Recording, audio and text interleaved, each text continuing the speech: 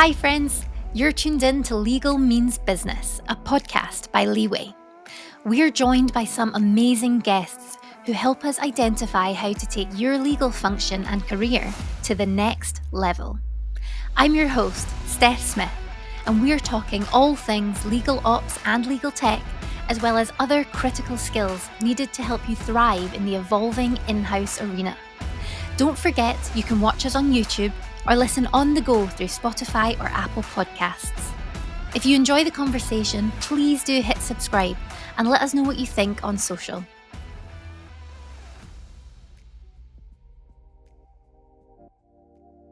Yeah, definitely. I think that's probably one of the hardest jobs in the world, to be sole legal counsel for a growing team. So it's more important than ever to make sure that you're spending your time creating processes that are user-centric so that you can alleviate the workload that you can alleviate and focus on the stuff that really matters. For many, today's guest needs no introduction. Elektra Toponis is a former in-house lawyer, founder of TLB, previously the Law Boutique, and now co-founder of OneNDA. Electra works at the cutting edge of legal innovation, and having worked with legal contracts for well over a decade, Electra knows that they're broken. Obviously, contracts are close to our hearts here at Leeway, so it was a real pleasure speaking to Electra, who is spearheading the shift to better, more efficient and more user-centric contract management. Today, Electra explores all things legal design and how we can apply design thinking to truly make legal processes and contracts fit for purpose. Electra shares some super valuable tips to implement design thinking in your legal team. So without further ado, let's dive in. Well, Electra, it's lovely to have you on the podcast. Thank you for joining us. Thank you. Thanks for having me. Oh, no, not at all. And first things first, huge congratulations on making the Lawyers Top 100 list. Thank you very much. I wasn't expecting that, so it was a proud moment. Yeah, and too right. I feel like it's well deserved after all the initiatives you've been working on and everything in your career. So very well deserved. Thank you. And I suppose I'd be surprised if many people hadn't heard of you and the initiatives that you're working on and things like that. But just in case, would you mind giving us a bit of background to yourself and your career, please? Sure. So I'm a lawyer by background. So I qualified in 2009, which is an age ago. It's about 14 years ago now. And I started off my career in Cyprus, where I'm from. So I did my bar exam there, and I did my, it's a training contract. And then I went on to do a master's in international business law. And whilst I was there, I applied to the European Space Agency, which was my first job, which was in Holland. And during my time there, I think that's when I started thinking about law in a slightly less traditional way. So I worked with lots of people that didn't really care about contracts because they were doing much more interesting things. And I had to find ways to get them to engage with the process, I suppose, from a very early stage in my career. I moved from Holland to Germany for a bit, and I worked in a space company there. Then I came back to England. I worked at Airbus, and then I went to BAT for a while, Disney. So I've changed lots of jobs, which is why I now own a business, because I couldn't stay anywhere for more than about 2 years. So I was just in lots of large organizations, and I was always frustrated with the way that the legal team and the business interacted. And I was always very involved with contracts. So in 2017, I decided to set up my own company. So I set up TLB then. And here we are today. Yeah, amazing. Oh, wow, what a story. I didn't quite appreciate how many different places you've lived and like space companies. Oh, that's amazing. Yeah. I really wanted to travel a bit when I was younger and live in different places and just get a broader experience, which I did. And in 2017, I thought I need to channel the energy, I suppose, into a thing that I can grow at my own pace. Yeah, totally. Yeah. Well, I appreciate that because I'm obviously from Scotland originally, but Leeway's based in Paris. So I'm living out there at the moment, which is an exciting experience. Wow. That must be exciting. Yep, I'm learning the language slowly but surely. Good luck. Thanks. And obviously, over the last year or so, it's been everywhere. OneNDA. How did that come about, and what is it? So TLB is we're a legal optimization company. So we work with in-house counsel to help them really streamline the way that they operate through legal design and good process. And we also offer them a service whereby we take away their contracts when they have too many of them. In 2020, we had a terrible year, but it was a huge growth year for us because lots of companies weren't hiring and they were sending more and more contracts over our way. And at the end of the year, Roisin, who is our COO and also the OneNDA co-founder, and I did a review of all the contracts we'd looked at over the course of the year. And we found out that 63% of those were NDAs, but that only accounted to 7% of our revenue. And we said, this is ridiculous because our mission as a business is to streamline and optimize the way that in-house legal works. But as much as we work with individual teams that are interested in doing that for their own sake, this is an industry problem and we need to tackle it as such. So I just went on LinkedIn and I said, isn't it ridiculous that we spend so much time and energy doing this thing that doesn't really add much value? And we just spend so much time and money on it, and time that's really precious in an in-house team that's usually under-resourced. And that kind of went a bit viral. That post got 35,000 views and lots of people were commenting and messaging me saying, if you start an initiative to standardize the NDA, because that was my proposed solution to the problem, I'm there, I'll back it. So a couple of weeks later, we thought, let's just do it. Let's just set up a website and see whether we can get people to engage. And if we can get 100 people to sign up and show their interest over the course of 2 weeks, then we'll spearhead the initiative to standardize the NDA. And we hit that number 12 hours from launch. 2 weeks in, we had 335 organizations that signed up, including in-house counsel from some of the most prominent companies in the world, including Coca-Cola, Adidas, UBS, Barclays Bank. Everyone who was kind of in this space of doing loads of NDAs saw this as a really good solution.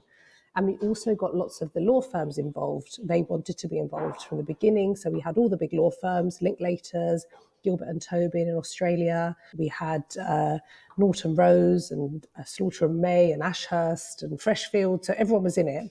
So it was amazing to see all these lawyers come together to solve a common problem without any real agenda, because this was a non-profit. It was an open source. It's an open source document that everyone can use for free. So it was really fantastic. And then we went through a process where we standardized the agreement, released it in August, and we now have had around 7,000 downloads of the document and over 500 companies that have publicly adopted it, although we know that there are about 1,200 that are already using it. That's incredible. Absolutely amazing. It does give you an oddly warm, fuzzy feeling inside that everyone's banded together to Yeah. get this done and make an impact like that. So it's Yeah. pretty cool and exciting. Yeah, it was the most exciting thing I've ever done in my whole career. So Yeah. it was amazing. Yeah. And all from a LinkedIn post. Yeah, LinkedIn's amazing. Well, you obviously identified a big pain point for everyone so that everyone, banded together like that. So that's pretty cool. mean, NDAs, everyone hates them. Let's be honest. They add no value. And, well, they do add a value. I suppose they do add a value, which is that they act as a bit of a ritual between parties. It's like when you go out on a date with someone and you invest your time in taking them to a nice place. It's better than just saying, I don't know, let's just go for a walk in the park as a date. There's an investment there. So the NDA process is an investment in the relationship. We all know we're not going to litigate, but it just shows that we mean business. So from that perspective, we should continue to do them because they create that behavior. But ultimately, we need to be careful about where we spend our time because we just don't have much of it. Yeah, totally. And when you did that piece of research, excuse me, when you realized how much time you were spending on NDAs, I bet that was a jaw-dropping moment. It was disgusting, actually. It's like, why are we doing this? What a waste of life. And also, when we started the initiative, one of the law firms did this research piece, and we found that they showed that less than 1% of NDAs ever get litigated. So, I mean, you need to balance out the effort that you're spending versus the value that you're getting, and it just doesn't balance out. Yeah, totally. That makes sense. And I guess the whole OneNDA initiative, falls a little bit into legal design, which is obviously a hot topic, but often a little bit misunderstood, maybe. Yeah. So, what is legal design to you? Yeah, so one NDA is one big legal design project. So there's no two ways about it. Legal design is effectively a term that people use that I find can be quite confusing, because what on earth does it mean? And it just reminds people of pretty contracts, I think. That's not what it is. So design thinking is a very old methodology that has been used across the board in various industries, and it's effectively a method by which you create solutions to problems by really focusing in on the user's needs. So instead of going, so in the legal world, as a lawyer, you might say, I need to cover myself when I write this contract. So if anything happens, it's waterproof and no one can say that my drafting was terrible. Or they might say, I need to create this contract so that if the judge sees it, they'll be able to interpret it in this way. But by doing that, we're ignoring the main user of that product, because your contract is a product. And just to be really clear, design thinking in law doesn't only apply to contracts, it applies to everything that we do in not just the in-house space, but generally. And so it's important to focus on the predominant user so that you can create something that's fit for purpose. So in the use case of a contract, the end user is usually the business person. It's not even the lawyer in-house or externally that's drafting or reviewing or negotiating that contract. It's the business user, because that business user will need to interpret it, operationalize it potentially, and then work on a project or receive a service on the basis of that contract. What good is it if the business person can't understand it, or sort of understands it but needs support from a lawyer to interpret how it's going to work on the ground? You're not really creating something that's fit for purpose. Fit for purpose in law doesn't necessarily mean it's waterproof in case this goes to court. You know, so in the case of NDAs, less than 1% of them get litigated. In the world of law, less than 2% of disputes get litigated, because most of them get settled outside of the courts. So the persona of the judge is a very rare one that will ever see that thing that you've created. So you should be focusing on the needs of the user. And by focusing on the needs of the user, you need to get to know who the user is. So business person doesn't really want to read legalese, doesn't understand it. How does that person feel when you put a contract filled with legalese in front of them?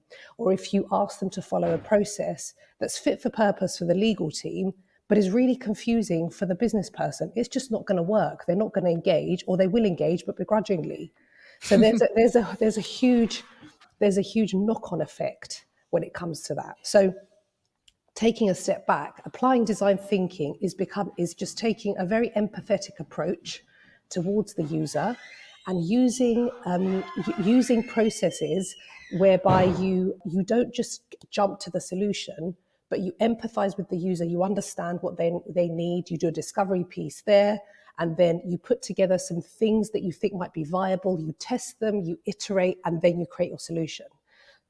In law, that's not something that we're ever taught to do. We're taught perfection from the outset, and if you screw it up, you're screwed, because you're going to get sued and your reputation will be damaged. So taking that fail fast, fail quick, get it right through iteration approach is design thinking in law, and the output is an artifact that is fit for purpose for the end user and not for a scenario whereby it will go back into the legal system. In essence, legal design is all about applying design thinking. And design thinking is all about creating things that are fit for purpose. The only way to achieve this is by designing your legal processes, contracts, etc. with a user-centric approach. To help you really understand legal design, you can view your legal matters, such as contracts, like a product. When designing a product, you have to think about how the main user will think and feel and act when interacting with it. Keep this front of mind at all times to create a product that's fit for purpose for your main user, not a hypothetical, unlikely user such as a judge. And what are the benefits that you'll find if you do implement legal design throughout your work? Yeah, so Particularly in-house. Yeah, so if we take the in-house example, so less than, I think it's less than 0.37% of businesses' money is spent on the legal department. So the budgets are not there for legal. So they're always understaffed. And in our experience, we've found that there's about one lawyer to 100 employees within a business. So that means that as a legal department, you're super stretched all the time. Plus, in a fast growth organization particularly, you'll find that you're always having to do really complex stuff because there's changing regulation. Even the pandemic has caused a lot of work for lawyers who are trying to see, how does it work with our staff and stuff like that. So you want to be really strategic about the things that you do. And strategy doesn't mean I have a plan. It means I'm really smart about the things that I do, but also the things that I don't do. So you have to be a little bit cutthroat when it comes to choosing the things that you don't do. Now, the things that you don't do should be things that aren't really adding any strategic value to the business. You're best placed as an in-house lawyer to do the work that's going to add the most value and do the work that requires someone in-house to do it as effectively as possible. So that's the premise. That's why you need design thinking, right? You need to do as much as you can, add as much value as you can with the little resource that you will have. So how do you do that? The way to do that is to make sure that the things that you're not able to do are still being done well.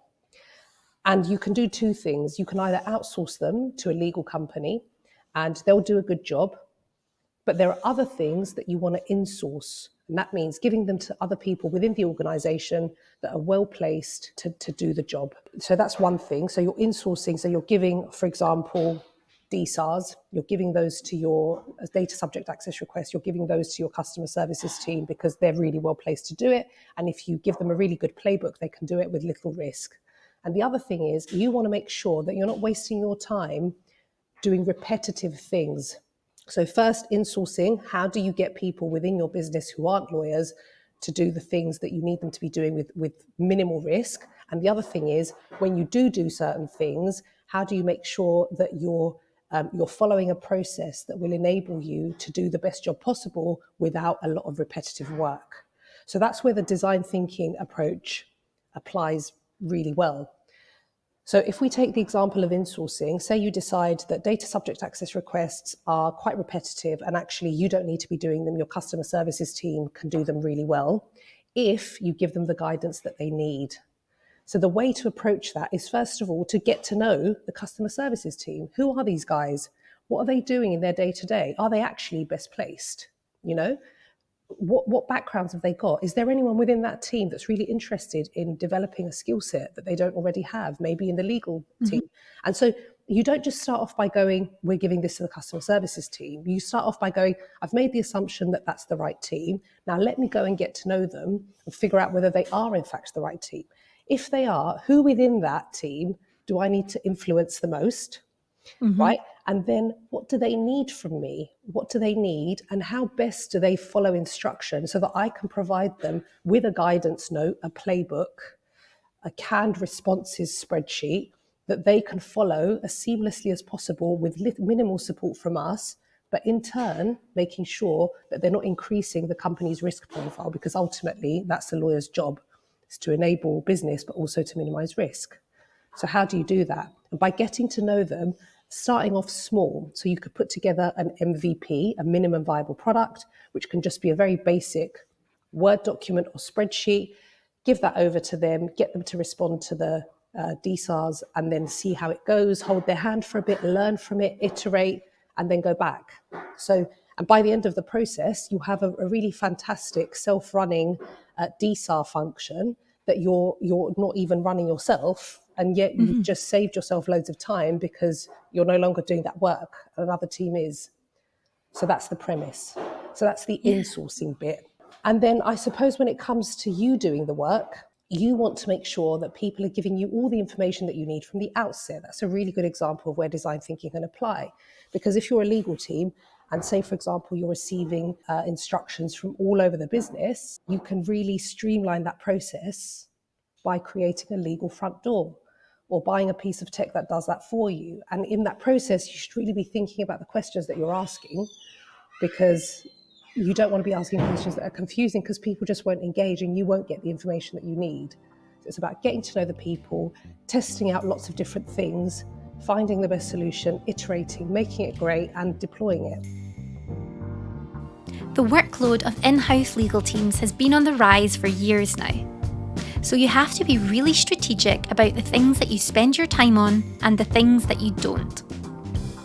To decide, you should split your tasks into 3 buckets. Firstly, keep it inside the legal department. As the legal team, your task should add strategic value to the business. Here, you need to do as much as you can that adds as much value as possible with the little resource that you have to hand. So you need to be strategically selective. 2. Insourcing. How can you distribute ownership of tasks with minimal risk to other people and teams in your business who are well placed to do the job? 3. Outsourcing. Outsource overflow or specialist legal tasks that require a lawyer to a legal company to reduce the in-house burden, while still ensuring a good outcome. Lastly, by applying design thinking to each of the processes above, these will have the right people working on the right things with both confidence and efficiency. And I feel like, as well, if you're using this process and you're engaging with the teams that you might be working with, if they are the correct people to kind of support you on that matter, if you're doing that and you're iterating, I feel like it'll foster a better sense of a legal culture within the business as well, because they'll feel part of it, they've been involved, it's not just been dumped on them, if that makes sense. Yeah, exactly. And you're working with them to create a process that works for everybody rather than imposing something on them. Yeah, exactly. Makes total sense.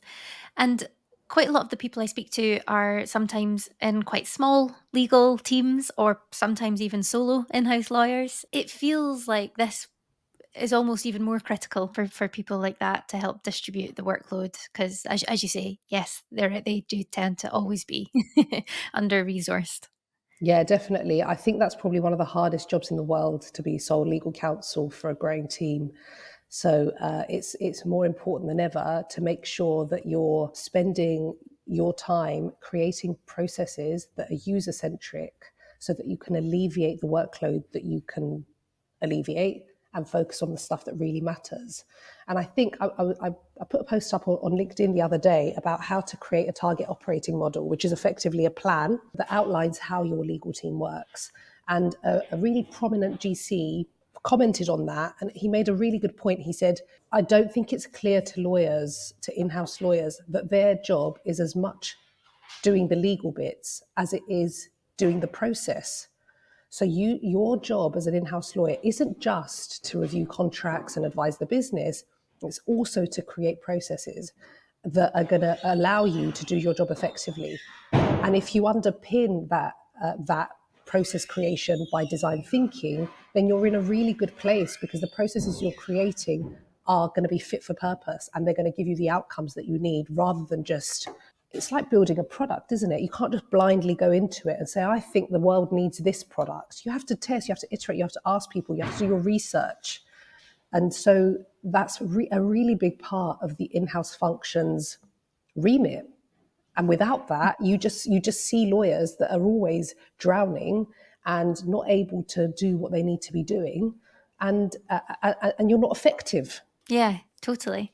And as you say, like lawyers aren't generally taught this stuff. You are taught perfection and to get it right first time. So I guess it takes quite a bit of a mindset shift as well. Massive mindset shift. I think firstly it's that, my job is not just to do the law. My job is to set up a function that's scalable, that's easily operationalized, and that's going to, you're going to be tested on your finances as well. So that's within budget. So that's your job. Your job isn't just the private practice job of a lawyer. It's a different role altogether. And there's not so much literature around what the in-house role entails because it's actually quite a new phenomenon. So 25% of lawyers now are in-house, which is huge. It's a huge growth. It's doubled over the last 15, 20 years. And so we're seeing this trend towards the in-house career path, which hasn't really been a thing it's quite a new phenomenon.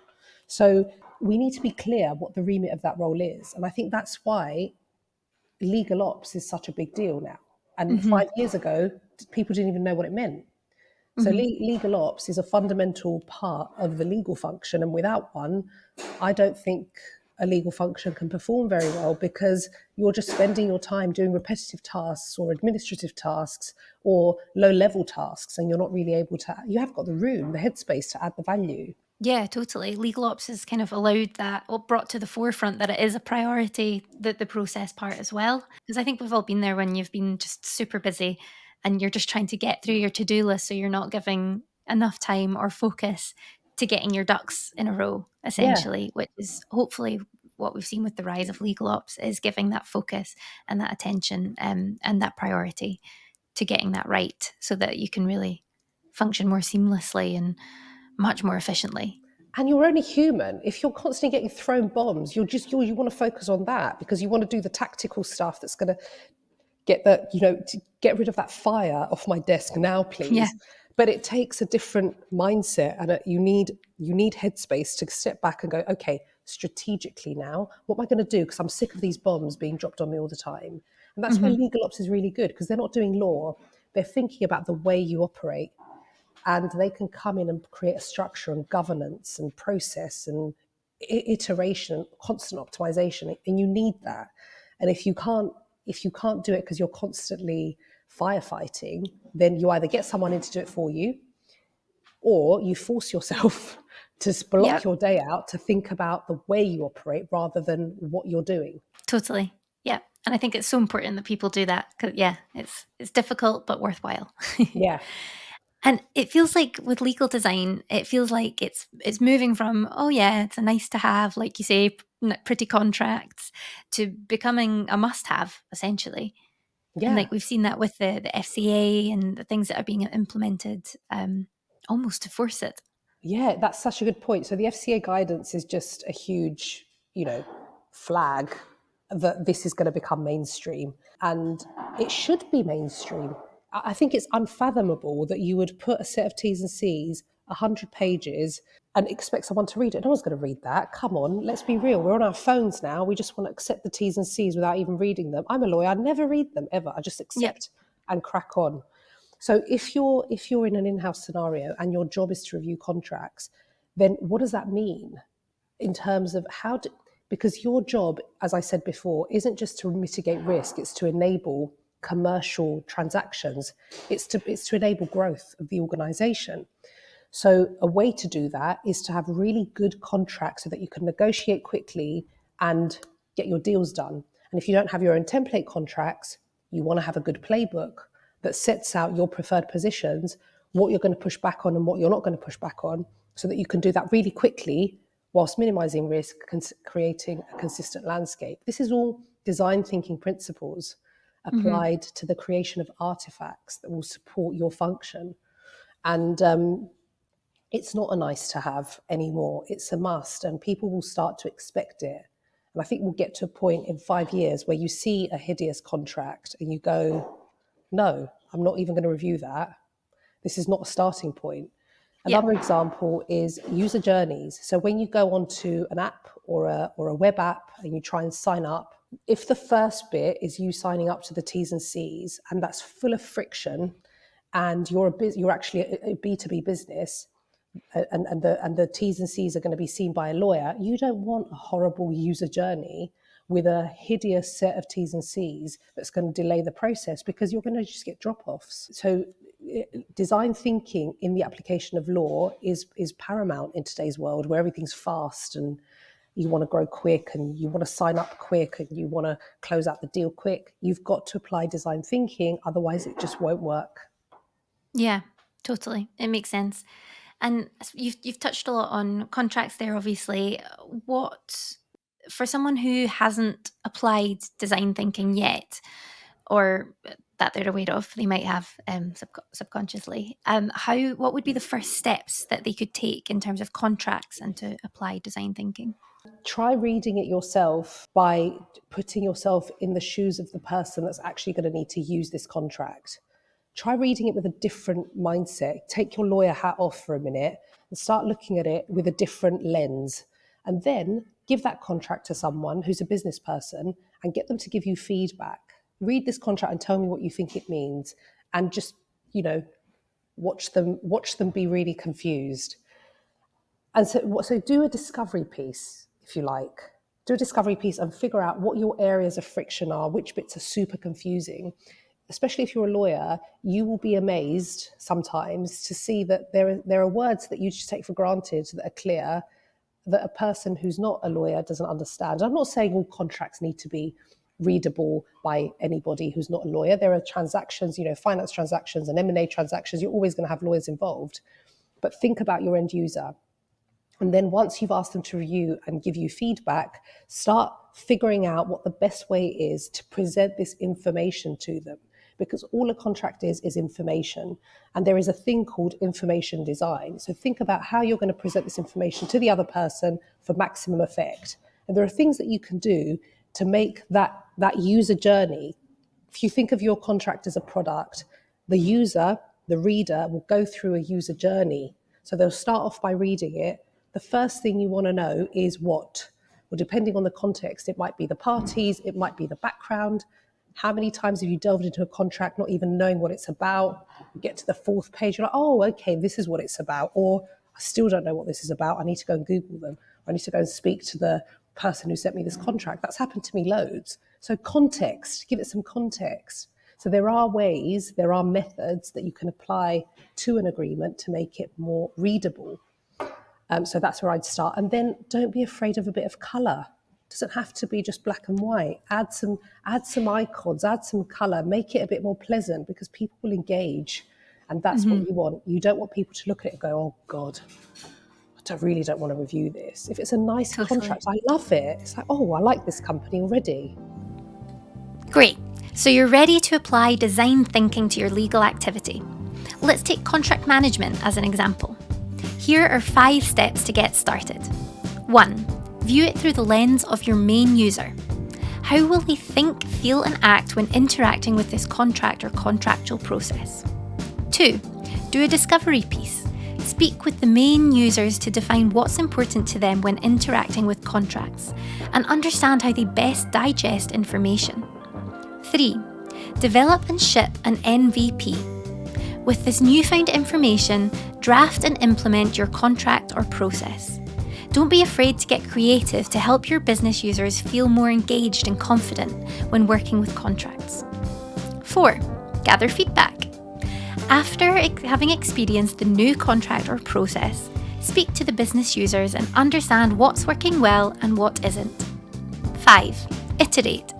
Using this feedback, update and improve the contract or process until both you and the users are happy. Remember that legal design is all about committing to a user-centric approach. And in the long run, this approach will foster a legal culture across the business, result in more efficient, better outcomes, and importantly, save the legal department a significant amount of time. And so just for the sake of clarity, if someone or a team is implementing legal design and they're assessing how far they've come, what does good legal design look like? And what would the team, how would it look in terms of the team operating, the relationships inside the business, etc.? I think good legal design equals output that you can measure. So if you're applying that to your contract process, keep going back to contracts, it's the simplest, but you can apply it to your organizational structure. You can apply it to the systems that you're using, to the products that you're creating for your legal team. But in the application of contracts, if, for example, you are spending X amount of time negotiating an agreement and you've measured that it takes around, 8 days to close out your template agreement, if you were to apply design thinking, can you measure that and can you see what the gains are? So, we've done projects for clients who've reported an 80% reduction in their negotiation and contract closeout times. That's huge. That's money on the table. So if you can start small with one project that can actually demonstrate value to the business, that gives you the business case that you need to then invest more resources to apply that methodology to other areas within your legal function. So I think before you start off any project, start thinking about how you're going to measure its success. Yes, yeah, I think that's a great point, and particularly for the first few things where you're thinking about this, to even almost prove to yourself as well, so that you Yeah. can get behind the idea, and really show your value. So, yeah, I think that makes sense. Pretty cool. Just to pop back quickly to your point on your Tom model, just in case, could you give us a quick summary of what that is, just in case people are wondering? Yeah, so a target operating model is effectively it's a documented plan, an operational plan of how your legal team is going to function. So you need a plan. If you're going to set out to optimize your legal team, what does that mean? What does it look like? How will you measure success? So we're seeing a massive trend towards in-house lawyers looking to build out their TOMs. And the way we approach it is by starting off, of course, again, applying the design thinking methodology, is starting off with a discovery piece. So the first thing is, what are people doing in my legal team? I'm not quite sure. I think I know, but let's ask them and let's find out what they do. And then let's ask the broader business what they need from us. So let's start talking to people is the first thing. And then once you've discovered what people are doing, write out a list of all the things that they're doing and then assess whether they should be doing them at all. We did a project with a client last year, and they found out that two of their lawyers were spending 25% of their time every day monitoring Slack channels for tags. It was ridiculous. And Yeah. you don't need to do that. You need a legal intake form. You don't need to be monitoring Slack. And so figure out what people are doing, write down everything, assess whether they should be doing it at all. And then from the things that still need to be done, who does it? So that's a really big piece of work here. But it depends on the size of your team, of course, but it's a really important piece of work. Should this be done at all? If so, who should be doing it? Should it be us? Should it be another part of the business, or should it be outsourced? So there's a methodology that we apply there as well. So anything that's high risk and high volume should be done by your legal team. Anything else can be given to other people. And then once you've done that, you need to start documenting your processes. So, okay, you're going to be dealing with legal queries from the business. What's the process there? And you need to start documenting that, because in an ideal world, you've documented your process and it's there so that you can continually optimize it. But it's also there because if you go or if you bring in someone new, it's there. The way that you operate is there. And of course, once you've done that, you need to start talking about how you're going to measure your success. So what does good performance look like? Where are you now? Where do you want to get to? And by when? So start setting deadlines and goals that are achievable and measurable, that you are going to look at every quarter or every 6 months to see how far along you're going. And of course, you can't do any of this unless you have a really good understanding of the business strategy. And we've seen examples of legal teams that don't really know what the business strategy is for next year, what the plans are for the business next year. And that's not because they don't care. It's because often the CEO is not very good at communicating it, or they don't really think it's their role to go and find that out. But it absolutely is, because if your business is going to be raising money next year, or they're looking to downsize, or they're looking to exit, whatever it is that you're doing in the legal team needs to be structured to support that objective. So find out what your business strategy is, set out your legal strategy and the things that you need to be able to do in the next year, figure out what everyone's doing, assess whether you should be doing it or not and who should be doing it, write out your processes, write out your OKRs or your objectives and key results, and then put in your governance, your checkpoints with your team and the broader team to see whether you're meeting the objectives that you've set out to achieve. Your legal function should have its very own business plan in place. Electra calls this a target operating model. Here's what it might look like in practice. 1. Setting the scene. This is your legal function's mission, vision, and values. 2. What you do. This is legal's core activities and the risks associated with each of these. 3. Who does what? Who is responsible for the relevant tasks, including those outside of the legal team? 4. How are these tasks completed? What are the processes that underpin each activity? You can use swim lanes to explain who is responsible for each part of the process and indicate any tech used throughout. 5. How are you measured? What are your objectives and key results, or OKRs? These need to be mapped against your business strategy and ultimately your legal strategy. All legal teams should have a target operating model in place. In fact, creating them in the first place is a hugely beneficial exercise. And having a documented version of how your legal team operates creates clarity and drives motivation for your legal team and others that are involved with legal work. And just to tie it up, what do you think the future of legal design holds? And we've touched on it a little already, but what trends might we expect to see? I think over the next 5 years, it won't even be a thing. It will just be the way things are. So the best kind of indicator of something going really mainstream is when we don't even talk about it anymore. So I'm hoping that just like legal ops, still being talked about a bit, but totally expected that it's part of a function. I think legal design will just be the way we do things. It won't be a special thing, you know? Totally. Yeah. It's exciting. Yeah. I like that way of looking at it as well. If we're not talking about it, we've made it. Good. And just to finish up, what's next for yourself and OneNDA, TLB? What have you got coming up this year? Well, lots of exciting things coming up. I'm going on maternity leave in Congratulations. June. Thank you. Thank Oh, that's you. amazing. Thanks. A well-deserved break. Definitely I'm not a not break. sure about that. I'm not expecting any breaks. I think I'll be looking at work. Like running a business is so much easier than having a baby. I think that's what will be the lesson learned there.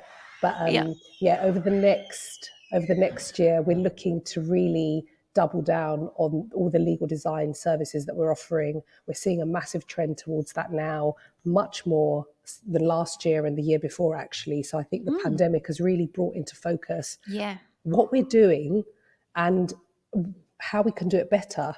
Because when you're just working from your kitchen all day long, you lose the office banter, and so the focus is on what you're doing and how you're doing it. So I think from that perspective, it's been good. So we're really doubling down on that. We're doing lots of the more strategic consultancy work as well. We're doing lots of product design. So we're working with product teams to streamline their user journeys and their onboarding processes for their customers. So all that is really exciting work that, I'm just really excited about 2022 and how that's going to look for us. And of course, OneNDA will continue. We don't know what's next yet because the community will have to drive that. But in February, we're releasing the second version of OneNDA, which will include the iterations that we've introduced after taking feedback from the community, plus an M&A module to make it fit for purpose for a finance transaction scenario. And after that, we'll see. The world's our oyster. Yeah. That's amazing. Bit busy year, but fantastic and super exciting stuff going on in your personal life and in your career and in the legal industry. So Indeed. yeah, thank you so much for taking the time out to speak with us about it. It's a super exciting and super important topic as well. So looking forward to sharing it with everyone. And we'll be sure to point to your LinkedIn because there's loads of great content on there. Thank you. And your podcast, of course, The Optimized Lawyer, which is fantastic as well. So we'll be sure to point there. So thank you so much. Thank you very much. Thank you so much for your time. I'll speak to you soon. Speak to you soon.